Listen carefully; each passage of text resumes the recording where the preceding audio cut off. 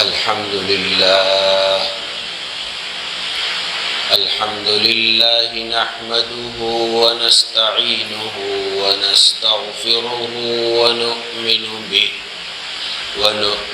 به ونتوكل عليه ونعوذ بالله من شرور أنفسنا ومن سيئات أعمالنا من يهده الله فلا مضل له ومن يضلله فلا هادي له ونشهد أن لا إله إلا الله وحده لا شريك له ونشهد أن سيدنا وسندنا ونبينا وشفيعنا ومولانا محمدا عبده ورسوله صلى الله تعالى عليه وعلى آله وأصحابه وبارك وسلم تسليما كثيرا أما بعد فأعوذ بالله من الشيطان الرجيم بسم الله الرحمن الرحيم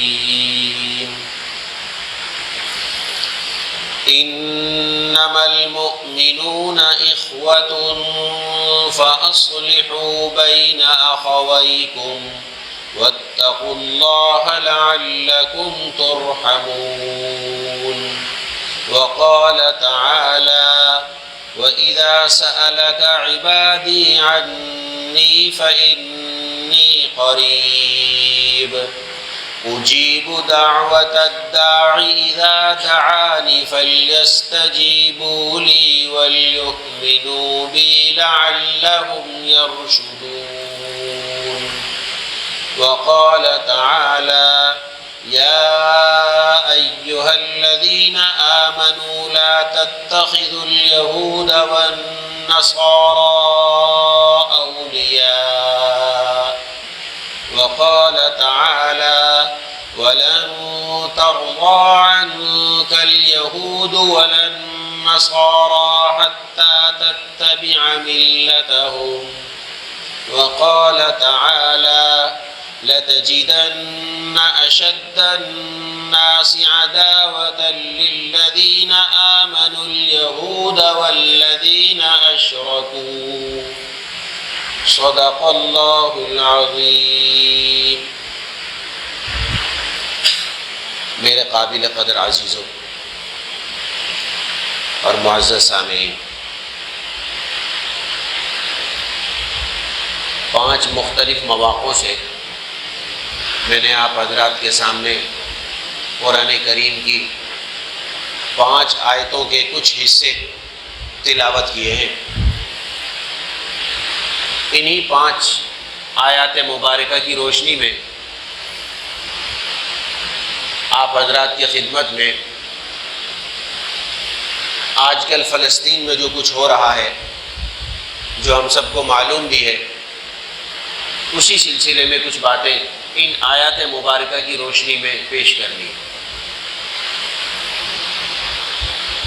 اور اس فلسطین کے اندر جو کچھ ہو رہا ہے اس میں ہماری دینی، مذہبی، شرعی ذمہ داری کیا بنتی ہے وہ عرض کرنی ہے۔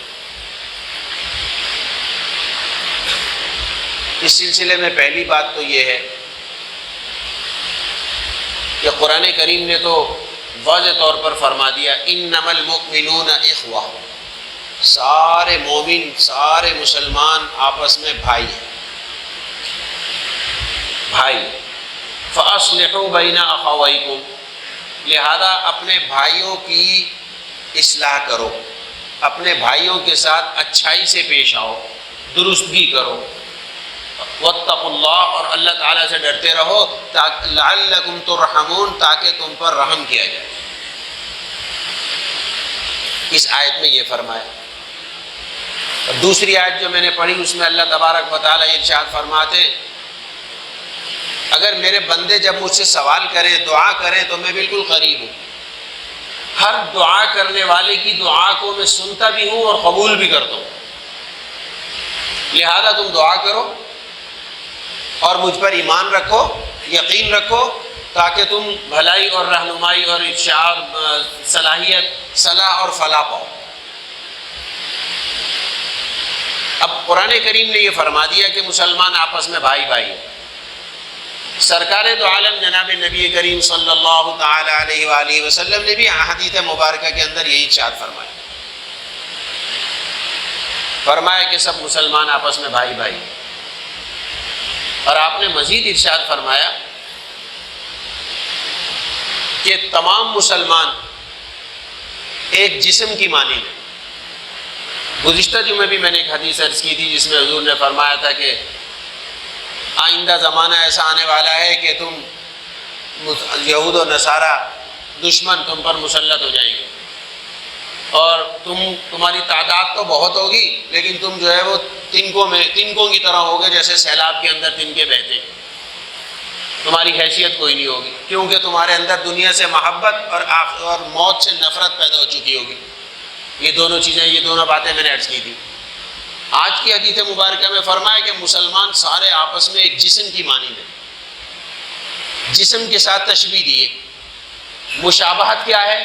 مشابہت یہ دیے، یہ فرمایا کہ مسلمان سارے کے سارے ایک جسم کی طرح ہیں اور ایک جسم کے اندر جب بھی کسی عضو میں، کسی بھی ایک حصے میں، جسم کے کسی ایک جزء میں تکلیف ہوتی ہے تو پورے کا پورا بدن تکلیف میں مبتلا ہو جاتا ہے. ہم ہر ایک کے سامنے بخار ہوتا ہے، پورے بدن کو بخار ہویا ہوا. تکلیف آنکھ میں ہے، پورا بدن بے چین ہے.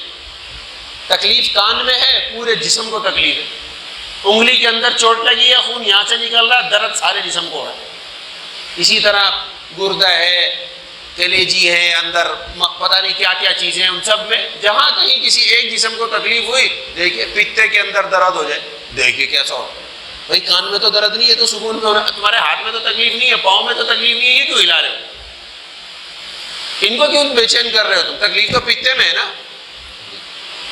یہ فرمایا حضور.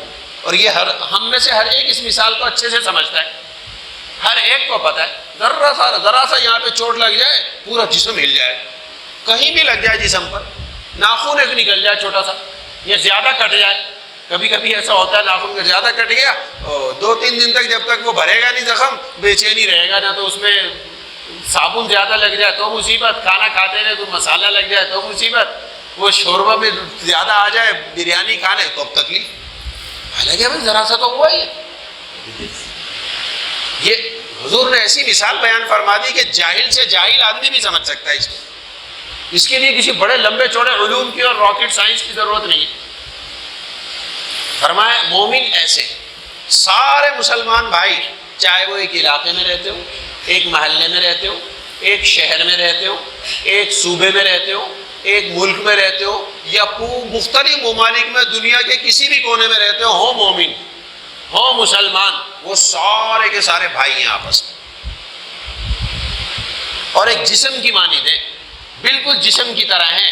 جب ایک جسم کے اندر کسی بھی عضو کو تکلیف ہوتی ہے، جیسے پورے بدن کے اندر تکلیف ہو جاتی ہے، پورا جسم اور پورا انسان تکلیف میں آ جاتا ہے، اسی طرح حضور فرماتے ہیں کہ دنیا کے کسی بھی کونے میں کسی ایک بھی مسلمان کو تکلیف پہنچ جائے تو بس یوں سمجھنا چاہیے ہر مسلمان کو کہ مجھے تکلیف پہنچی،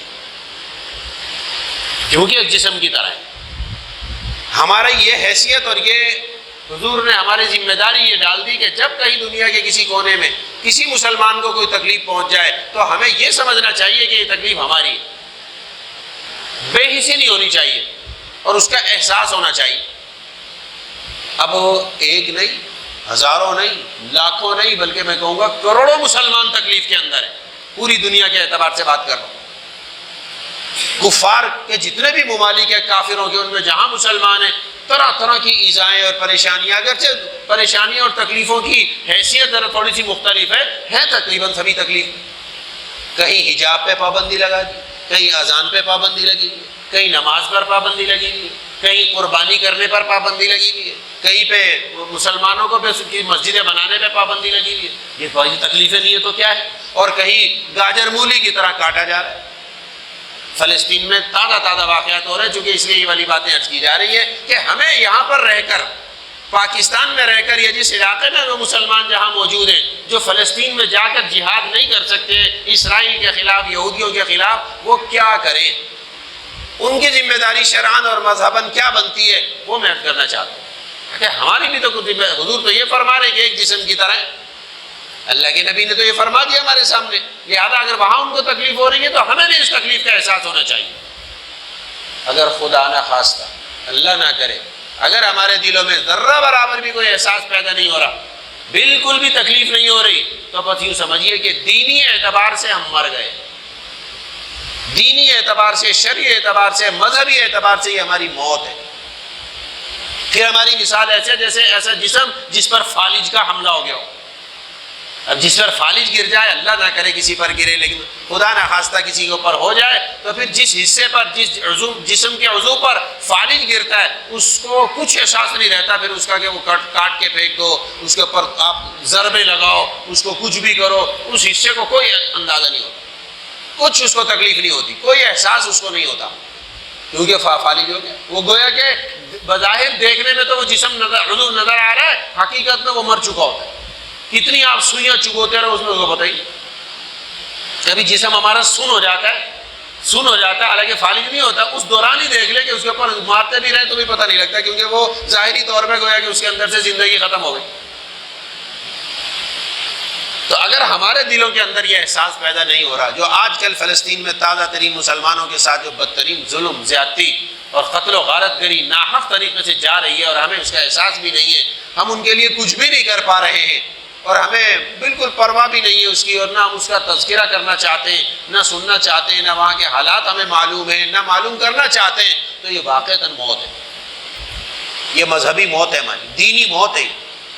اس لیے اس میں سب سے پہلی تو ہماری ذمہ داری یہ بنتی ہے کہ ہم وہاں کے حالات سے باخبر رہیں، معلومات لیتے رہیں کہ مسلمانوں کے کیا حالات، کافروں کے کیا حالات ہیں، مسلمانوں پر غالب تو نہیں آ رہے، اور غالب آ رہے ہیں تو پھر اس کے بعد اگلی ذمہ داری کیا ہے وہ میں عرض کرتا ہوں، اور مسلمانوں کے حالات معلوم کرتے رہیں، ان کی فتح کے لیے دعائیں کرتے رہیں کہ ان کے بارے میں کہ وہ آج کل کس حالت میں، اور یہ میڈیا کے ذریعے میں سب پتہ لگتا رہتا ہے، یہ معلوم کر لینا اور یہ حالات اپنے ذہن میں رکھنا، مسلمانوں کے بارے میں خبر گیری رکھنا، کم از کم درجے کے اندر ان کے ساتھ تعلق رکھنا ہے اور ایک مومن کا حق ادا کرنا ہے۔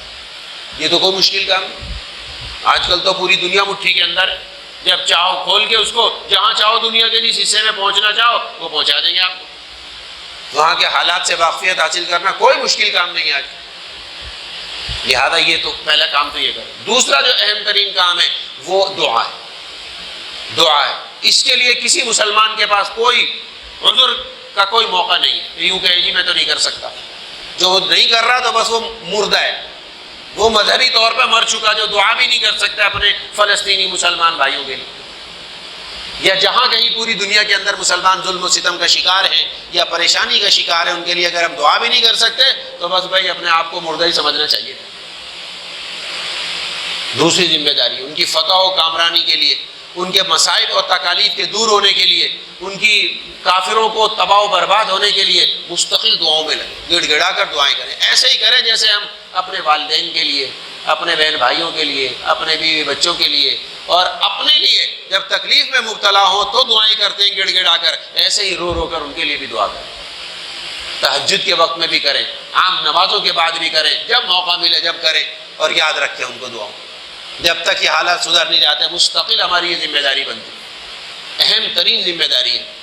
اس کے بعد ایک اور کام یہ کرے کہ اب تو الحمدللہ پاکستان کے اندر بھی بہت ساری تنظیمیں ہیں جنہوں نے فلسطین کے لیے، وہاں کے مسلمانوں کے لیے جو مالی طور پر ان کا تعاون کرنا چاہتے ہیں وہ تعاون کے راستے کھلے ہوئے، اور آپ کو پتہ کہ وہ جہاد کر رہے ہیں، اور جہاد کے اندر تو ہر طرح سے ضرورت پیش آتی ہے، جان بھی جاتی ہے، شہادت بھی ہوتی ہے، زخمی بھی ہوتے ہیں لوگ وہاں پر، اور ان کو گھر سے بے گھر بھی ہوتے ہیں۔ آپ کو پتہ ہی ہے وہ پوری بلڈنگوں کی بلڈنگیں تباہ کر رہا ہے وہ کم بخت اسرائیل، رہائشی بلڈنگوں کے اوپر وہ بمباری کر رہا ہے، مارکیٹوں کے اندر جہاں پر لوگ موجود ہیں وہاں پر کر رہے ہیں، تو وہاں پر ان کو جو شہید ہو گئے وہ تو ہو گئے بیچارے، اور جو زخمی ہیں ان کو کتنی ہر چیز کی ضرورت ہے، ان کا تو سب کچھ گیا، کمبل بھی چاہیے ان کو، کپڑے بھی چاہیے، بستر بھی چاہیے، گلاس بھی چاہیے، ہر چیز چاہیے جو گھر کے اندر ہر انسان کو ضرورت ہوتی ہے. ہم سب کو پتہ، مجھے اس کی تفصیل بتانے کی ضرورت نہیں، ہمیں ہر ایک کو پتا کہ گھر میں ہمیں کس کس چیز کی ضرورت پڑتی ہے، ہر چیز کی ان کو ضرورت ہے.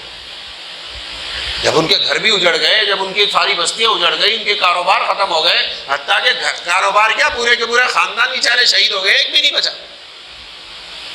کہیں چھوٹے چھوٹے بچے کہیں ایک دو دب گئے نیچے، بچ گئے. اللہ تعالیٰ کا معجزہ، اللہ تبارک و تعالیٰ کسی کو زندگی دینی ہو تو اس طرح سے بچ گئے، ورنہ تو کوئی حالات تو نہیں ہے. اب پوری مسجد کے اوپر بم گر جائے تو بتائیے کیا بچے گا ہمارا.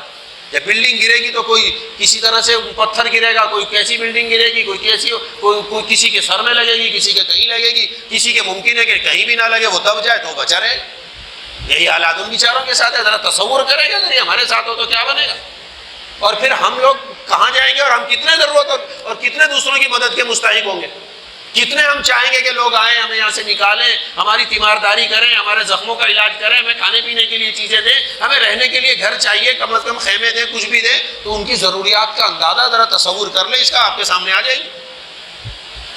تیسرا کام ہم یہ کریں کہ ان کے لیے مالی تعاون کریں. دارالعلوم کراچی والوں نے الحمدللہ یہ سلسلہ کر رکھا جو انتہائی پر اعتماد ادارہ ہے. وہاں جا کر آپ پیسے جمع کرائیں، انہوں نے اکاؤنٹ نمبر بھی دیے ہوئے، وہاں پر اس کے اندر جمع کرائیں، ان کو بتا دیں کہ یہ زکوٰۃ کی مد میں، یہ احتیاط کی مد میں، یہ تعاون کی مد میں ہے، یہ فلاں مد میں، ان کو دے دیں. الحمدللہ ان کے افراد وہاں جا رہے ہیں اور وہاں پہنچا کے آ رہے ہیں. اور بھی بہت ساری تنظیمیں آپ کے علم میں ہوں گی.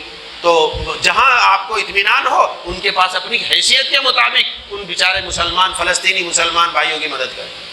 اب ہم پہنچ نہیں سکتے وہاں پر، یہ تو پکی بات ہے، ہمارا جانا ناممکن ہے تقریباً. بہت مشکل ہے کہ آپ کہیں کہ میں وہاں جا کے جہاد کروں. بہت اچھا جذبہ ہے، یہ ہونا بھی یہی چاہیے. لیکن حکومتی سطح پر حکومت تو جا سکتی ہے، ایٹم بم رکھا ہوا ہمارے پاس. ہم تو حکومتی سطح پر فوج بھیجے اپنی، اتارے وہاں پر جا کر. کسی سے اجازت لینے کی کیا ضرورت ہے. بس بات یہی ہے کہ ہم یہود و نصارہ کے اتنے غلام اور تابع ہوئے ہوئے کہ ہم بات کرنے کو تیار نہیں ہے بڑی سطح پر. قرآن کریم نے تو واضح اعلان کر دیا، سب سے بدترین دشمن، سب سے زیادہ دشمنی مسلمانوں کے لیے جن کے دلوں میں ہے وہ یہودی ہیں یا مشرک. مشرک میں یہ ہندو بھی آ گئے، ہندوستان کے ہندو بھی، پوری دنیا کے ہندو بدترین دشمن ہے ہمارے. آپ دیکھ لیجئے مسلمان پاکستان کا نام بھی سننا گوارا نہیں کرتا ہندوستان کے لوگ. عام آدمی بھی، حکومتی سطح کو تو آپ چھوڑ دیں، کس قدر بدترین دشمنی ہمارے ساتھ یہ رکھے ہیں. اور یہودی، اور قرآن کریم نے اور بھی کہہ دیا کہ یہود اور نصارہ کبھی بھی تمہارے دوست نہیں ہو سکتے جب تک کہ تم ان کا مذہب اختیار نہ کر لو.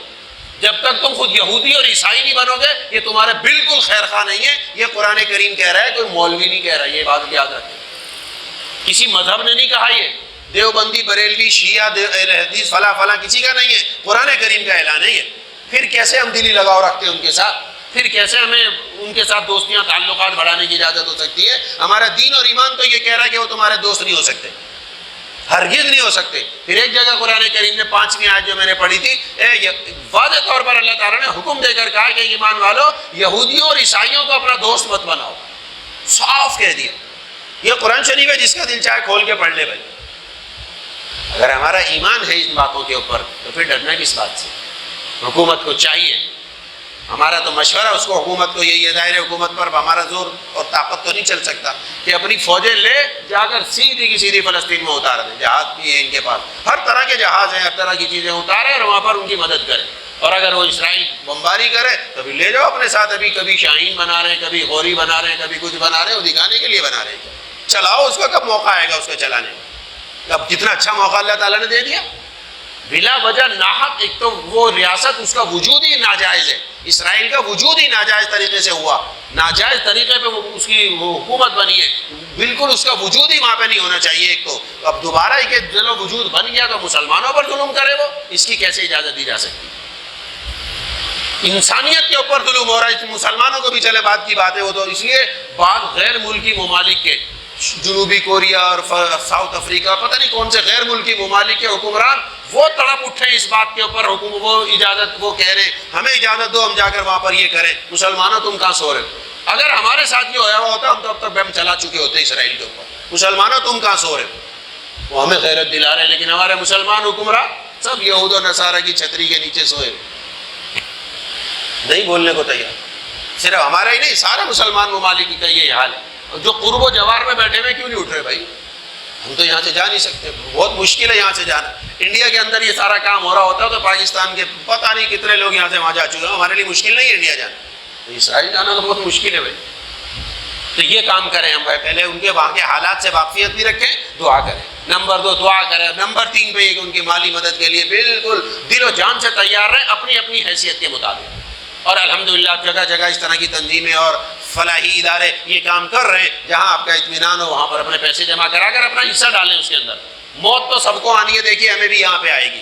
وہاں ان لوگوں کے ساتھ ہو رہی ہے وہ تو لگے ہوئے جہاد کر رہے ہیں، وہ تو شہید بھی ہے ان کے پاس، اور ان کے پاس زخمی بھی موجود ہیں. ہر طرح کے لوگ وہاں پر موجود ہیں. موت تو آ جانی ہے، یہاں پر بھی آئے گی، تو کم از کم اپنا حصہ تو ڈالیں. حضرت یوسف علیہ السلام کو خریدنے کے لیے ایک بوڑھی بھی آ گئی تھی. بوڑھیا عورت آئی تھی ذرا سے معمولی سا سکہ لے کر. اس کو لوگ دھکے دے رہے تھے کہ تو یہاں کیا لینے آئی ہے. کہا مجھے پتا ہے کہ میں اس پیسے سے یوسف کو نہیں خرید سکتی، لیکن قیامت والے دن یوسف کے خریداروں میں تو میرا نام ہوگا.